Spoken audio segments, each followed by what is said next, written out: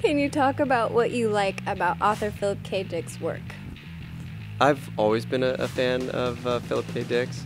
Even I think I probably like a lot of people. The first time maybe when I was a kid that I realized who he was Blade Runner. But since then, that was sort of the gateway drug for me, because then I was reading a lot of sci-fi, and I love tales of dystopian futures, and that is what he does and what he does best. That's all he did, I think. I mean, but he was crazy. Like if you read up on Philip K. Dick, if you know anything about him, he was crazy, and it comes out in his work, which makes it exciting to me. The funny thing about reading Philip K. Dick stuff today is it's been so appropriated by everybody, both in people trying to adapt his actual stuff, and people just stealing all of his ideas to make things. Or stealing is a pejorative term, but he influenced. Let's just say he influences a lot of people, sci-fi and not sci-fi, and so people who have never read Philip K. Dick before, when they go back and maybe try to read him now, they're like, oh, but I know all these stories. I knew exactly where it was going from the top. It's because so many people have been influenced by him. But it's exciting to, I'm a big fan from way back, so it's exciting to be working on anything related to that. Why do you think his stories have translated so well to Hollywood movies? That's a good question. What is it about Philip K. Dick's stories that make them so well? They're suspenseful. They usually deal with, they're very paranoid. So they usually deal with with one man struggling against something else or caught up in something much bigger than him, which is, I think, the kind of story that makes good movies, and that makes good stories, period. I think people can get behind that, and just the visions of what the world could become, in the future with technology and politics and religion, just the way the world is going. I mean, it's often, dystopian and paranoid, and we hope that the world never goes there.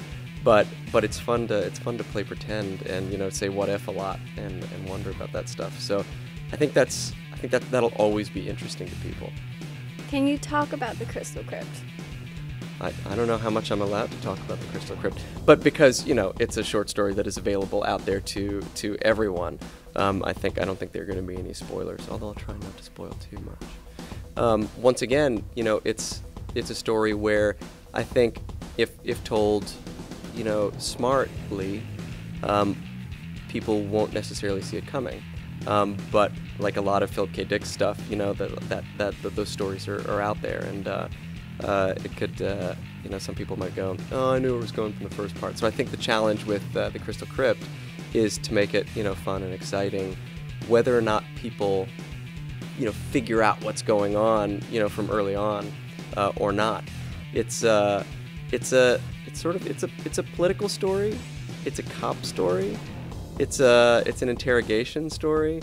It's fun. It sort of reminds me of the scenes, those really tense scenes from Quentin Tarantino films, where the audience knows what's going on, but the characters in the room don't know, and you're just afraid, somebody's gonna find out what's going on, and who's gonna find out first, and will they get away with it? Who's the good guy? Who's the bad guy? Wow, I've never really drawn Tarantino into like the comparison between that and Philip K. Dick stuff, but I'm probably not the first to do it either. But I'm proud of myself for doing that first. What's your character in this short film? I play. Once again, I don't know exactly how much I should spoil, but I play a guy named Thatcher, who is on a spaceship. It's like the Last Shuttle full of Earthlings leaving Mars, and because of the political situation, they all have to leave. And Thatcher is one of the guys on the last craft leaving, who falls into an interesting discussion with some other people who may or may not be criminals. So I'm sort of the odd man out as far as that's concerned. Can you talk about the directors behind this short film? Yes. I mean, to a certain extent. We've never worked together before, But Shahab, who's going to be directing it, is somebody I had read some of his work before. I think he wrote a book with his brother. But in working with in working together, it'll be our first time doing that. He's very passionate, Shahab, and it was evident when we went to the first meeting where sort of everybody who's involved. Many of us met for the first time at a meeting here in Los Angeles not too long ago, and he immediately brought a professionalism to it, and like he was set. I can't tell you how many films that I've worked on where you show up and you're like, oh, like you can tell immediately, like, oh, this is going to be a disaster. Nobody knows what they're doing, and that was not the sense when I went to this meeting. You already had a lot of stuff down. Some of the props were already built, and they were built, to high quality. They had, artwork and all sorts of, like, he's really ready to go on this one, and I applaud his passion. So I'm excited to work with him.